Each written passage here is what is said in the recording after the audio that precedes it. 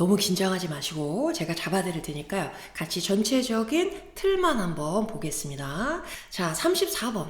34번은 대표적인 킬러 문항입니다.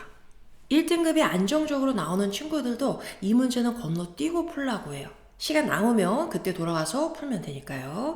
괜히 건드렸다가 이해 안 가고 시간 끌고 이러면 멘탈 무너지니까요. 이건 작년 수능 문제입니다. 자, 여기 보시면 정답률 43% 이렇게 나왔죠. 반도 못 맞춘 문제입니다.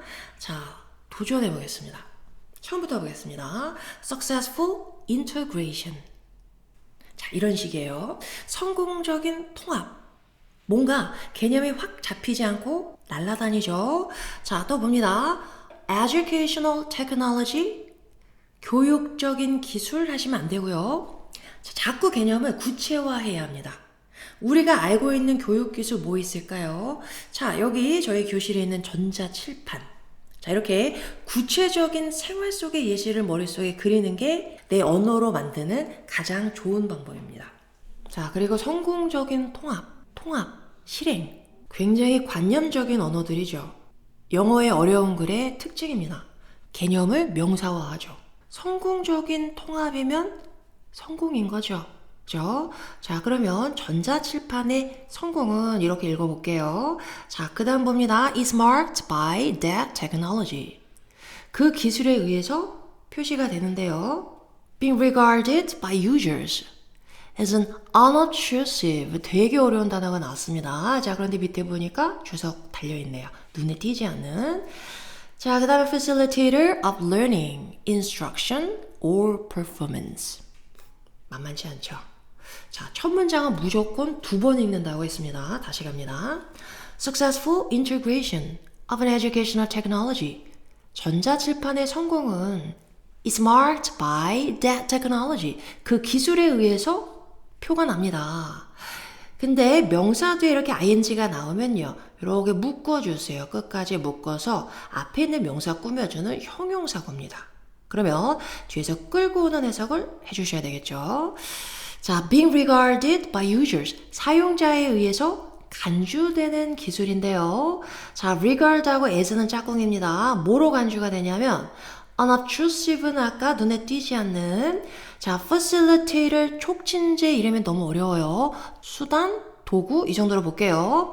자, 그 다음에 열고 나왔을 때는 만만하고 하나만 보고 간다고 했습니다. 자, 학습에 눈에 띄지 않는 도구로서 사용자들에 의해서 간주가 되는 그 기술, 그게 결국은 성공이다. 이런 얘기네요. 자, 정리해볼까요? 이렇게 교육기술의 성공은 눈에 띄지 않아야 한다. 자, 그러면 첫 문장에서 가장 중요한 포인트가 되는 어휘는 뭘까요?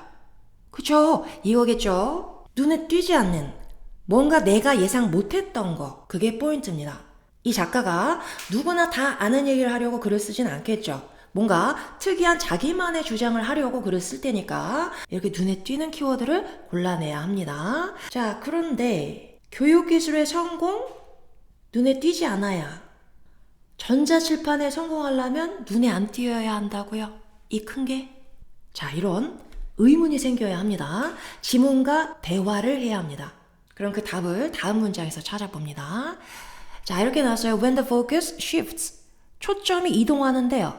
From A to B 구문이네요.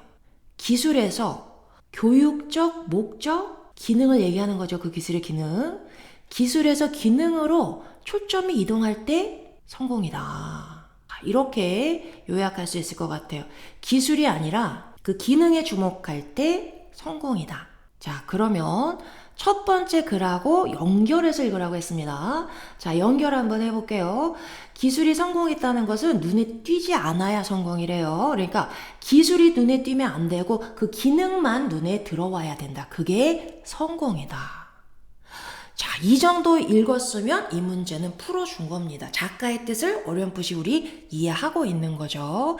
자, 그럼 그 다음 문장들은 이제 확인이 됩니다. 다음 가서 볼게요. 자, 여기 보니까 뭐 나왔나요? 요거 나왔네요. 볼포인트 펜, 볼펜이죠. 자, 우리 교육기술 뭐 거창한 거 생각했는데 볼펜 대표적인 얘네요. 그죠? 자, 볼펜에 누가 기술 신경 쓰나요? 아무도 볼펜의 기술에 관심 없습니다. 자, 그러면 대표적인 얘가 되는 거죠. 볼펜 성공이다. 예시죠. 예시. 항상 반가운 부분. 자, 그 다음에 또 가서 보겠습니다. 그 다음에 보니까 personal computers 또 예시네요. 예시. 그죠? 자, 근데 얘는 조금 읽어볼게요. 자, 여기 보니까 친근함의 수준에 도달을 했대요. For great many users. 많은 사용자들에게는 컴퓨터 친근하죠, 지금. 우리. But certainly not for all 했어요. 그렇지만 모든 사람은 아니래요. 아직도 컴퓨터가 친근하지 않은 사람들 있습니다. 그래서 자, 볼펜하고는 조금 다르게 컴퓨터는 거의 성공. 완전히 아니고. 자, 이렇게 예시 나왔습니다. 그 다음 가서 볼게요. New and emerging. 열거. 하나만 잡고 갈게요. New technology. 신기술은 자, fascination 하면 와 멋지다 이런 거, frustration 하면 짜증나 이런 거. 자, 그러면 이렇게 요약될 것 같은데요. 신기술은 반가우면서도 짜증나. 공감되죠? 나이 먹은 분들 신기술 아주 짜증납니다. 자, 그러면 마지막 문장에 가서 갑자기 반론이 일어나진 않겠죠. 그죠? 자, 재진술하고 예시 주고 재진술, 다시 재진술이 될 가능성이 뭐 99%입니다. 자, 그러면 여기 빈칸에 들어가는 내용은 뭐가 될까요? 여기 나왔던 키워드들이 똑같이 들어가겠죠. 눈에 띄지 않아야 되고요. 기술이 아니고 그 기능이 눈에 들어와야 합니다. 이런 얘기가 여기 들어가야 됩니다. 그럼 그 내용을 보기에서 찾아주시면 되겠죠. 자, 그런데 34번은 킬러 문항이라고 했습니다. 자, 여기서 한 군데 더 꼬아놨습니다. 그걸 볼게요. 여기 not이 나왔네요. 오답률을 무지하게 올려놓는 부정어입니다. 해석해봅니다. 원은 주어 자리에 나오면 you로 전환해서 해석해 주시면 됩니다. You ought not to conclude 했어요. 너는 that이야라고 결론을 내리지 말아야 됩니다. that 이하 가서 보니까 그 기술이 성공이라고 너는 결론을 내리지 말아야 됩니다. 이렇다면. 자, 그러면 이렇게 정리해 볼게요. 성공 아니래요. 성공이라고 결론 내리면 안 된대요. 성공 아니래요. 뭐뭐 하면.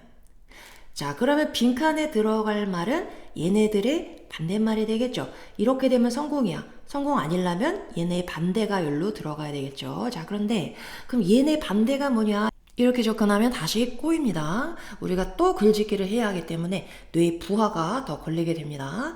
자, 이때는 이렇게 보기에다가 not을 붙여서 해석을 해주세요.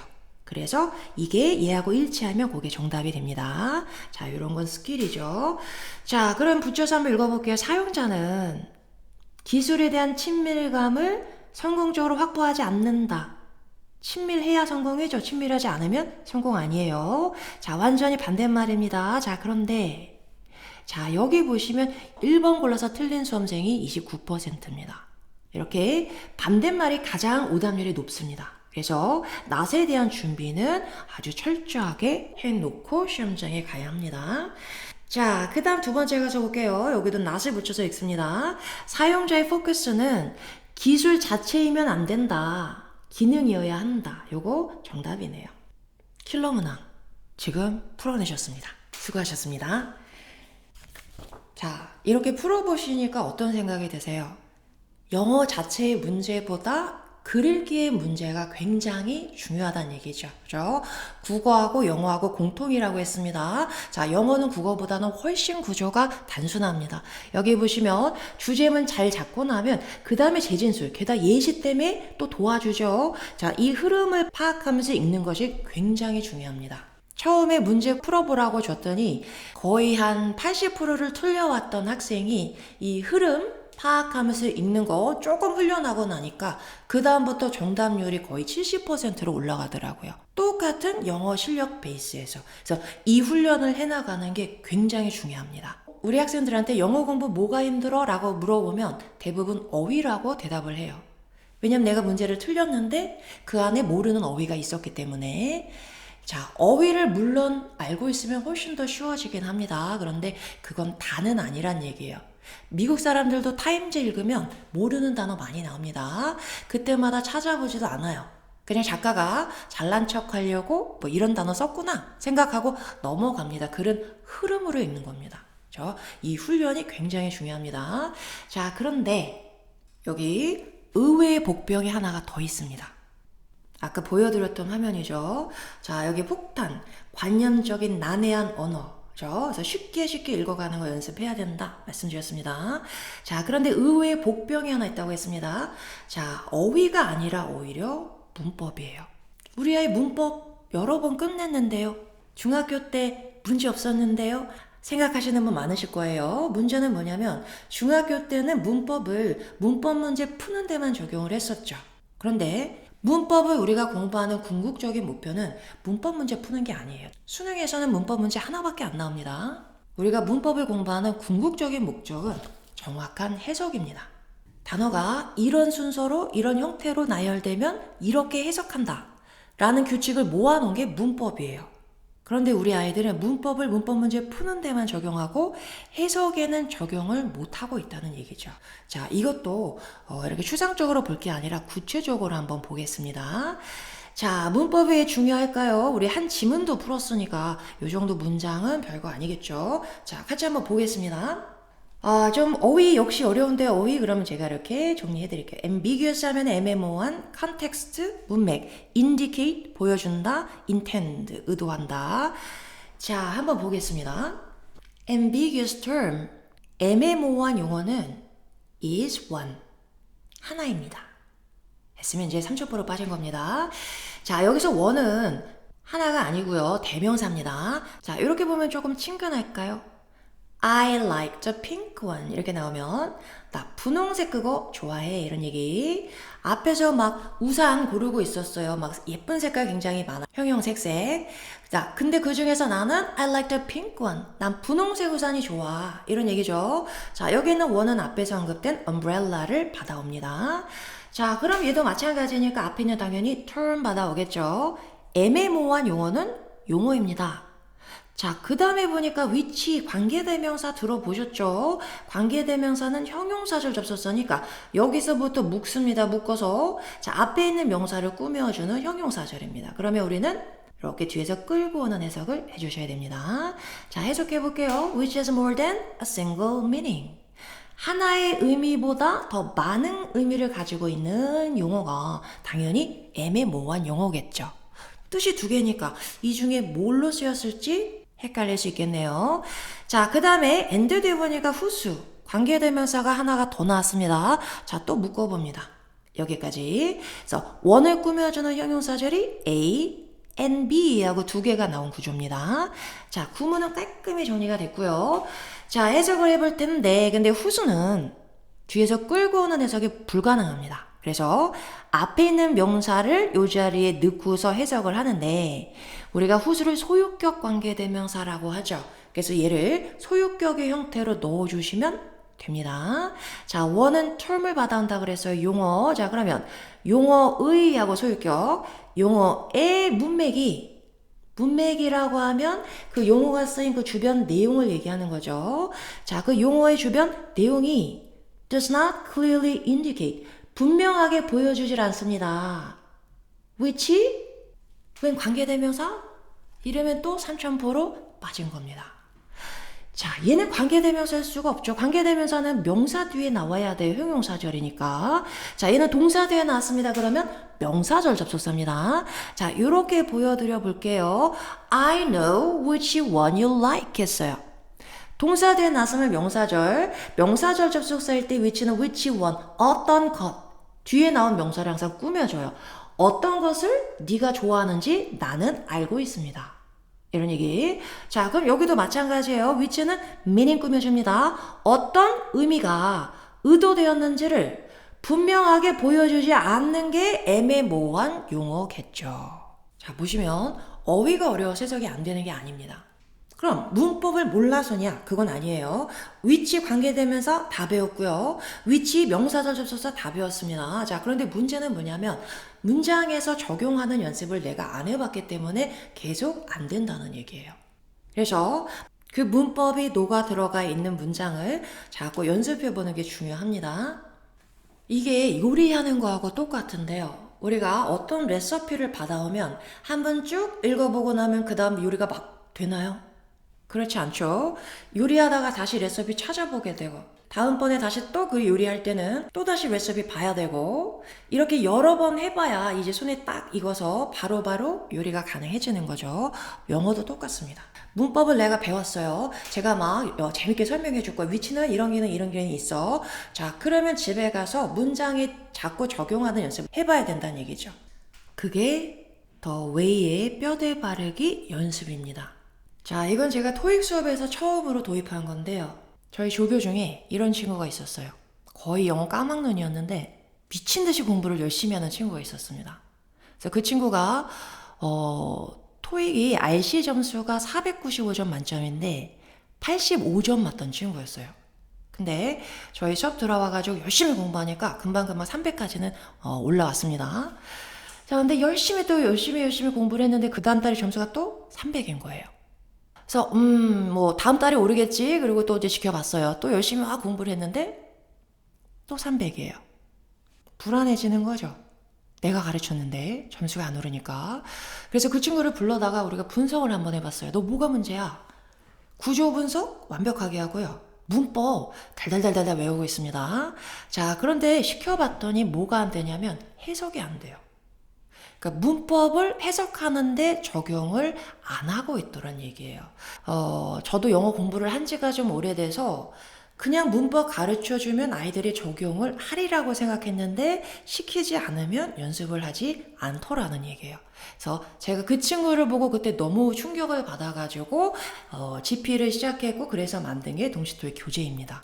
그래서 하나의 문법 포인트를 배우고 나면 30개의 문장을 가지고 그 문법을 해석하는 연습을 하게 만들었는데 이 뼈대 바르게 도입하고 나서 놀라운 성과들이 많이 달성이 되었습니다.